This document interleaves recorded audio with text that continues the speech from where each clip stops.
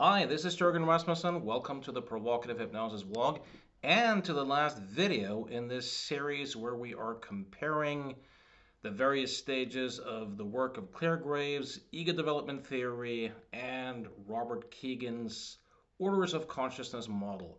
So in this last episode, we're going to look at spiral dynamics, Turqoise, or Graves' BO, or HU system, Kegan stage 5, although we already went into that, and the two stages that Susanne Greuter added to Loevinger's ego development framework, the construct aware stage, sometimes called the magician, and the unitive stage, sometimes called the ironist.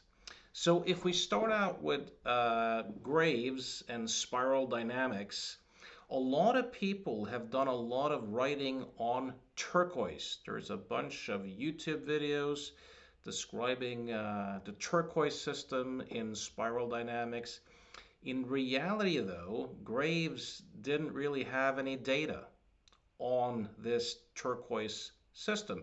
He speculated it, but he only had a handful of samples or cases of people who seemed to be making meaning in a way that was more complex or different from the GT or yellow system. And according to Graves' theory, there's this shift between express self and sacrifice self stages. So he theorized that this Turqoise stage would then be a kind of second tier version of purple, another tribal stage, if you will. But this time it would be a person who had a more interconnected experience of being alive without necessarily the self being the center point. That's essentially how I read it. But he really didn't have any solid data. So for all the people who are writing and making videos about Turqoise in spiral dynamics, um, they may be onto something for all I know, but it's not rooted in Graves' original research.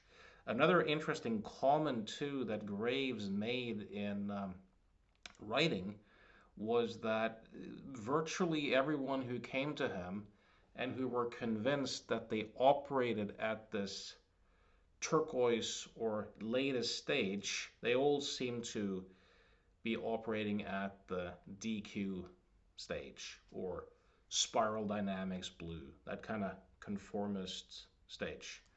So that's something interesting to look at as well. Susanne Greuter has extended Loevinger's work, as I said, and discovered in research various ways of making meaning that seem to be beyond the autonomous stage, which was Loevinger's latest well-defined, well-researched stage. She had this integrated stage, but it was very poorly defined, and in the latest edition of the ego development book, if I remember correctly, they even scrapped it. So what is this construct aware or magician stage about? Well, in some ways, it sounds a little bit like Kegan stage 5. This is a stage where the person becomes really aware of just how constructed their experience is. So you might notice previously when we talked about the individualist stage, where people tend to become aware of the power of context and of themselves as an interpreter. The objects that they seem to be interpreting seem real, but the interpretation is seen as somewhat made up. You know, in formal operations, again, there's a sharp divide between subject and object, and there's this perception for most of us at least those who operate with formal operations, that there's a subject in here, a thinker or a self, that's separate from a world out there, and that this thinker or self essentially is now, has a past, and has a future. So this stable, autonomous self is moving through time, and it's separate from the world out there. This is seen to be an illusion. This notion that there is a world of seemingly separate objects occurring to a separate subject is seen to be a thought construct, seen to be a thought generated illusion. That even the objects themselves are made up. John Grinder, the NLP co-founder, very often used to say something to the effect of language imposing boundaries and categories onto the flow of experience which aren't inherent in the flow of experience. You know, when we humans use language, we create distinctions, we create categories and boundaries that aren't really inherent in experience. And then we kind of forget that we're doing it, and then that looks like reality. Now this begins to look as a thought generated illusion. I'll give you a couple of examples of this. So, for example, time. People talk about a future and a past, future events and past events. And while this is useful, it's useful to be able to construct time and to use it as a tool in life. There is no past. There is no future. You can try right now. So you never actually experience what you think. So if you try right now, for example, to experience the past, your mind might come up with stories in present time that says, well, I went to lunch earlier today, or you know, last summer I was on this vacation. It seems as if you can find examples of a past, but you can't find the past. You can never experience the concept or the category itself. Same goes, for example, with a self. So people who operate from the autonomous stage, they still have this notion of thinking and feeling and operating in the world from a core, autonomous, separate, permanent self that is them, right?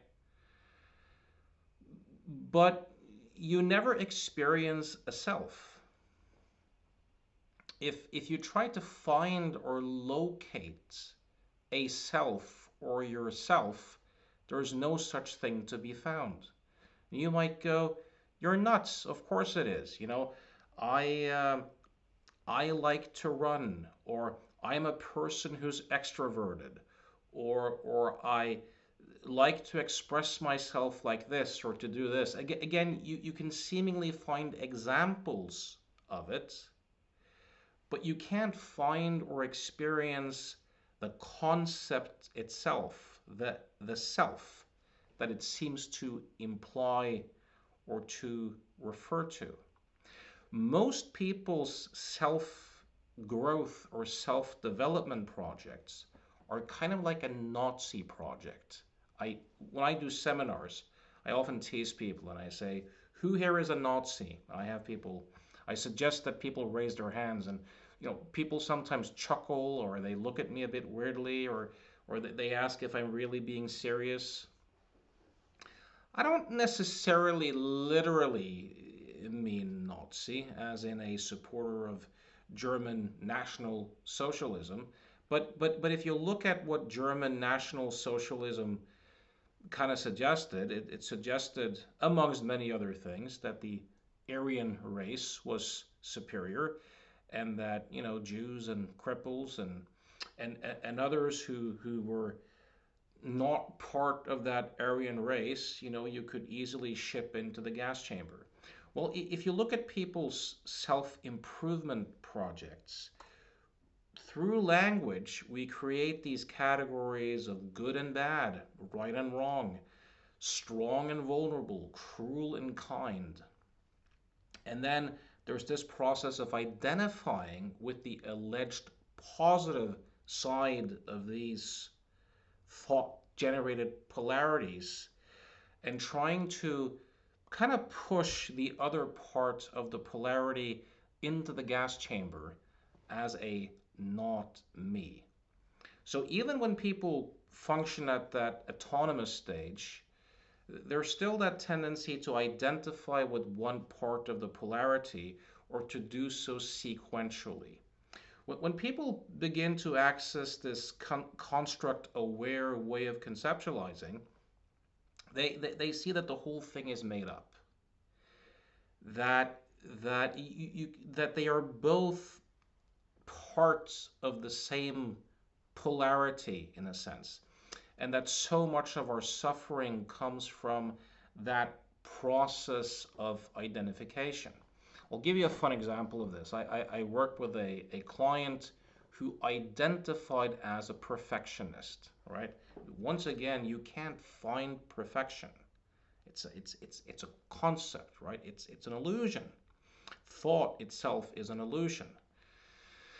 But since she identified as a perfectionist, guess what then seemed to scare the crap out of her? Something else that doesn't really exist or stand out: failure. She was terrified of being a failure, right? So one of the things that I tasked her to do, I drove her to a local gas station. She was kind of snobbish and a bit upper class, for a young woman. She would never be seen eating a big sausage in a gas station. So I had her go there, and I went with her to tease her and kind of have fun. And I tasked her with making the perfect mistake. This really fried her circuits. Perfect mistakes. So what she kind of landed on was kind of spilling that sausage, but doing it so perfectly that no one could see that it was set up, right? And the other task I gave her was to find the mistakes in the very way that she conceptualized perfection, right? So if you have access to this construct aware way of making sense, you can kind of do these sorts of things.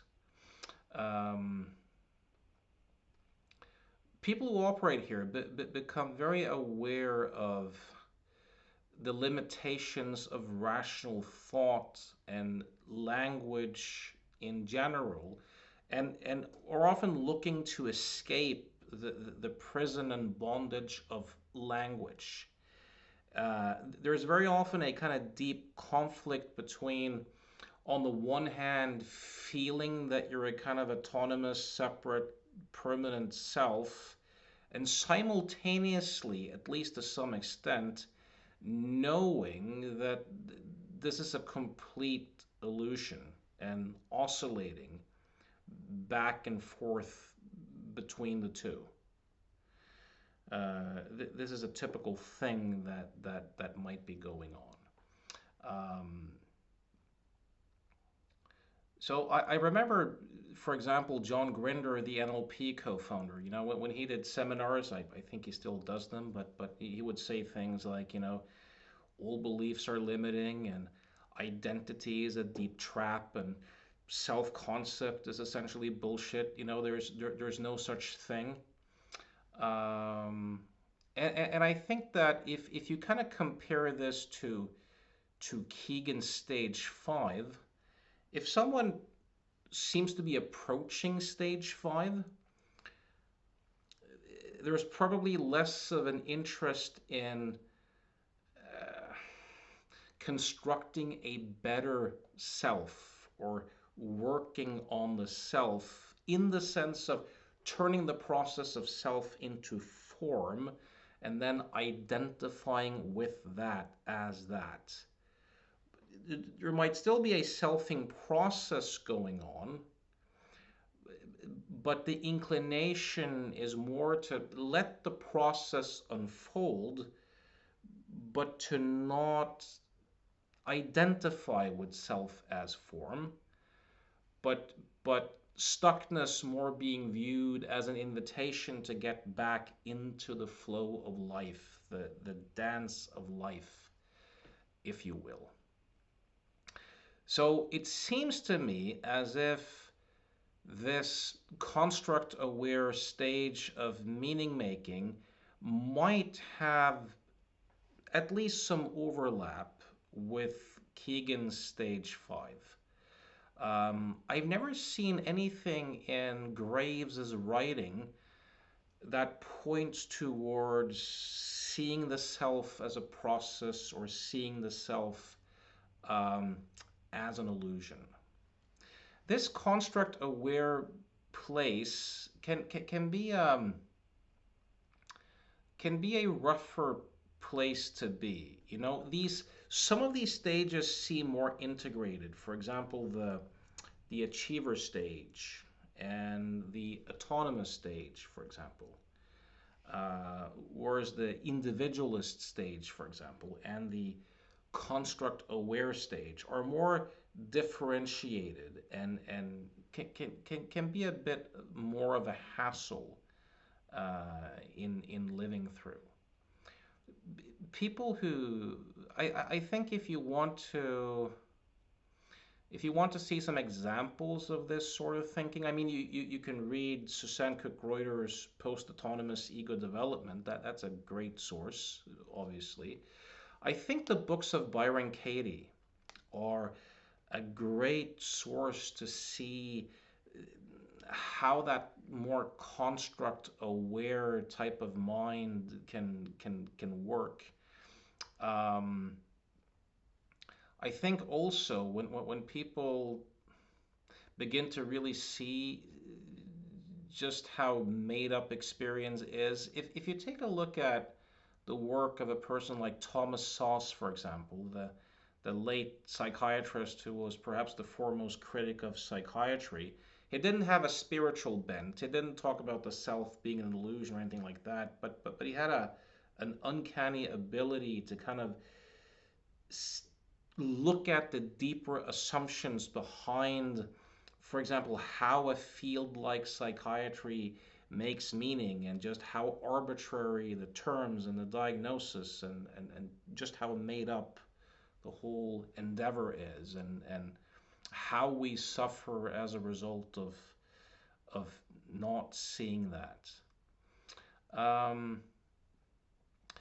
People who operate from the previous stage have a tendency to kind of think that because they're human beings, they can deeply understand humanity or other human beings.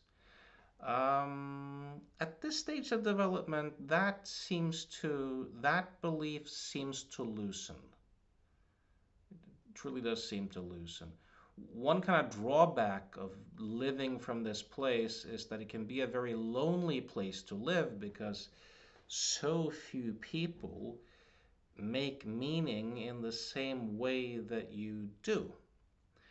Now, Susanne Greuter discovered an additional stage, which is called the unitive stage, or sometimes the ironist. And that's hard to describe because I don't really have access to it in that sense. Hard to describe with language.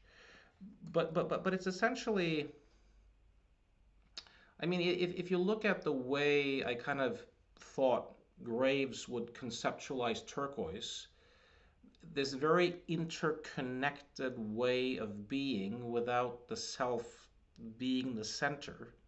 You know, in the construct-aware stage, the discovery is made that, wait a minute, the self or the ego as a process is both the storyteller and the center point of experience. And just seeing how self-centered and how narcissistic this whole journey of developing the self can be is something of a turnoff. So what people very often long for when they are at this construct aware stage is to kind of be able to come back to a more direct experience of just being, just life unfolding.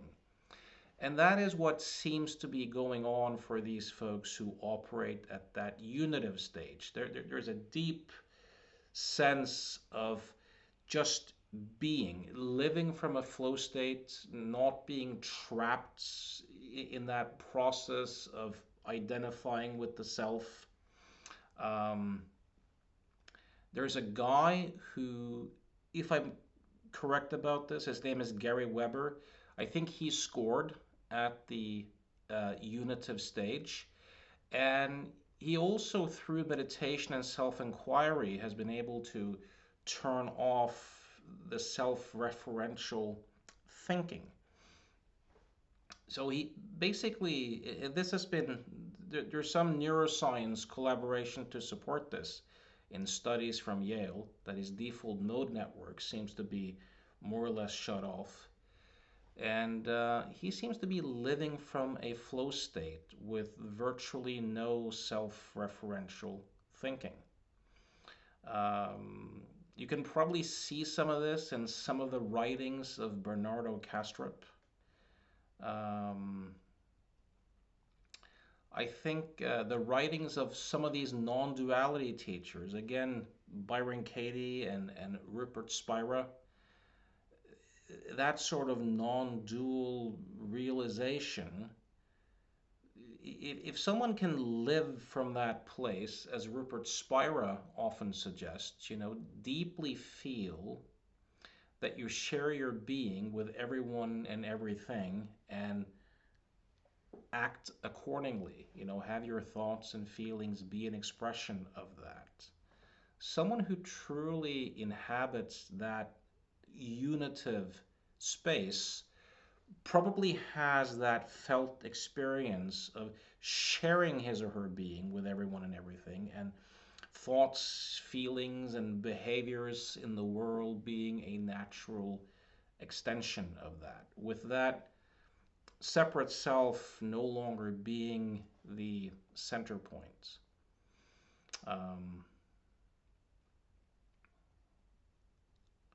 Although I must say, in studying Gary Weber's material, he says that one of the downsides for him, and this isn't necessarily going to be the case, I think, for everyone who operates here, but of course, when self-referential thinking stopped, and it was seen that there was no such thing as a self, there was, of course, no self to have free will either, and no self to attach in a relationship way.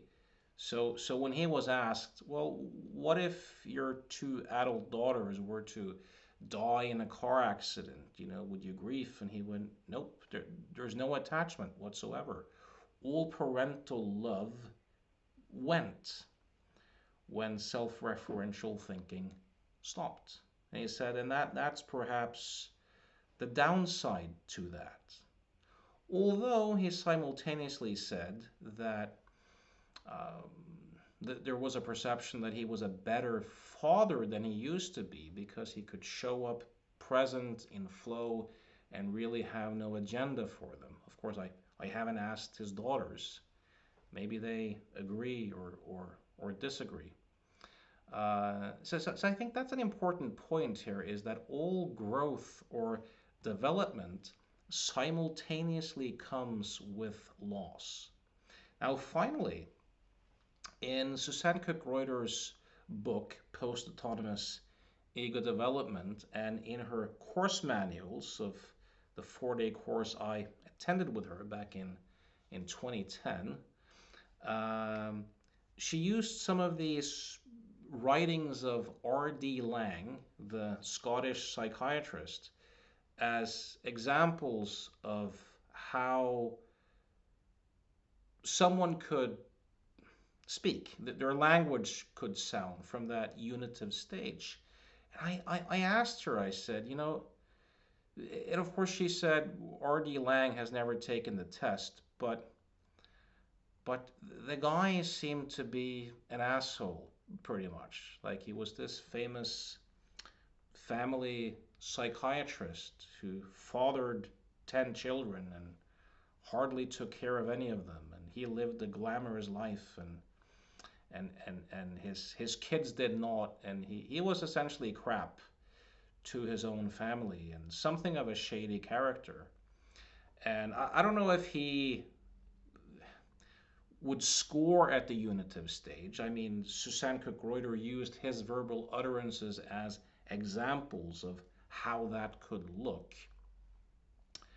But whether he would or he wouldn't, it might also illustrate that higher development or later development is not necessarily happier or better. Like someone doesn't necessarily become a better person. What they pay attention to changes, and how they make sense of experience changes, and what they can take perspective on, and how many perspectives they can hold, and what looks like self and other will change. But you could also make the argument that we're basically mammals. And Susanne Greuter again in personal communication, because I had this idea that you would probably see the most narcissism at lower stages because it's more egocentric, and I still tend to believe that. But one thing she shared with me that I found interesting is that she said, look, there's a lot of narcissism going on in higher stage development. This obsession of the self and wanting to develop the self, and that you can see it quite often in people who teach, who present these stories of how they were essentially screwed up and now they've overcome it, and they're kind of special as a result of that, and they know the way. So yeah, might we in some ways still be hyenas with language skills? It's sometimes tempting to think that too when I look at the condition of the world and how we tend to treat each other.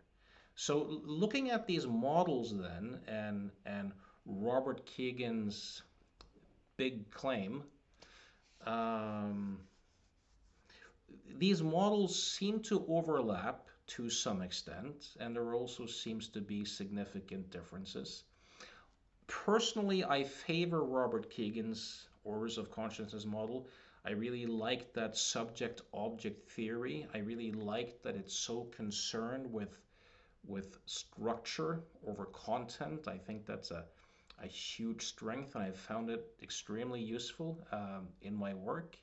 But I would also study ego development theory by Loevinger and extended by Greuter. It's really interesting stuff. And I would also study the work of Clare Graves and spiral dynamics. It offers a kind of different lens. As you may have noticed, I've kind of criticized spiral dynamics a little bit, in this video series. And I also have a separate critique video on spiral dynamics. But I think if you look at the world, Clare Graves essentially asked college students one question, that is, what is it that makes up a mature person? And based upon that, he discovered most of those stages. The first two he got from anthropology texts, and he added CP, or the red stage, also.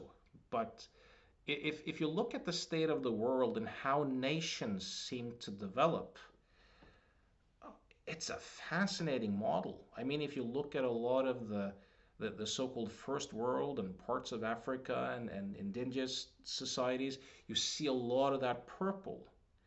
Where you see a lot of poverty and where states aren't quite developed, you see a lot of this red system. If you look at prison population or rough areas. If you look at the theocracies of the world, the communist states, the Islamic countries, you see a heavy dominance of this blue system. And then you see orange in a lot of the Western world, these kind of corporate states.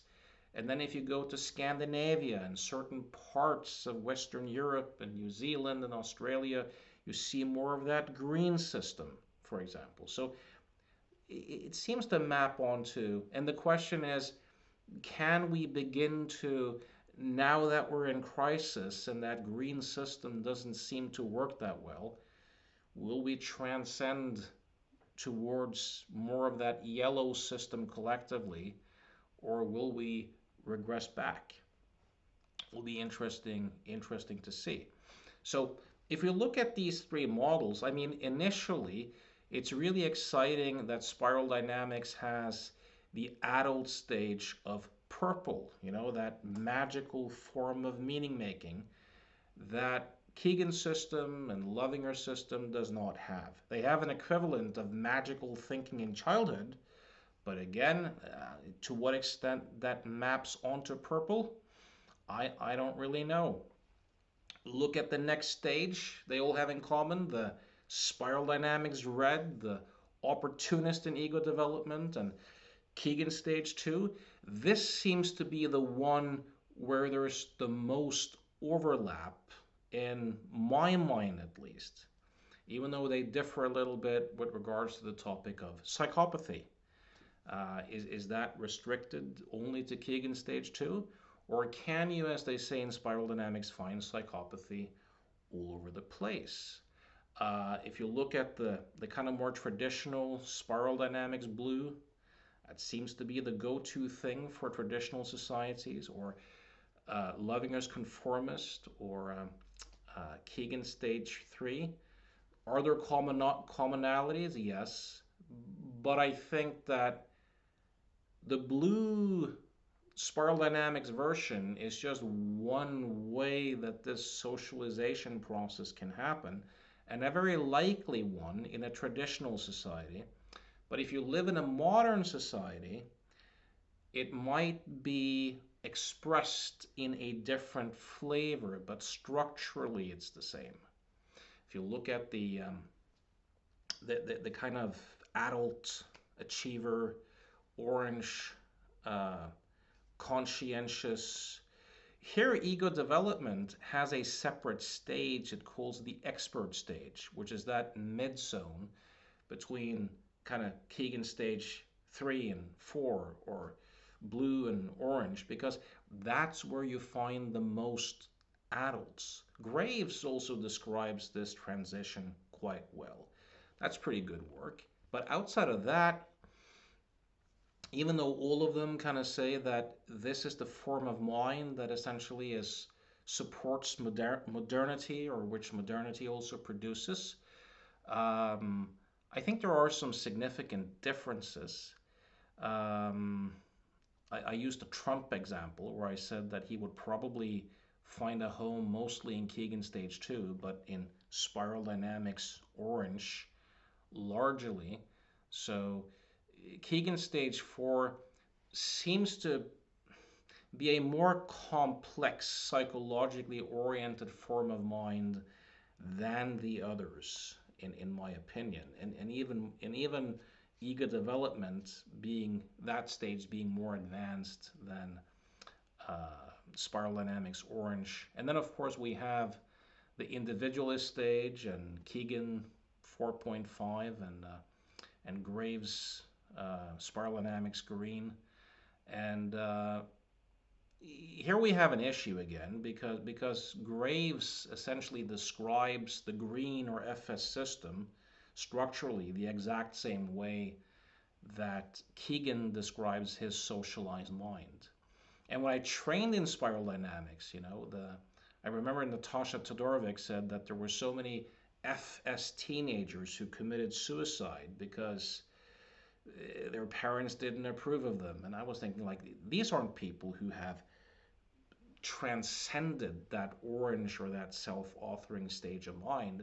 These are people looking for belonging who haven't even gotten to that stage of mind, right?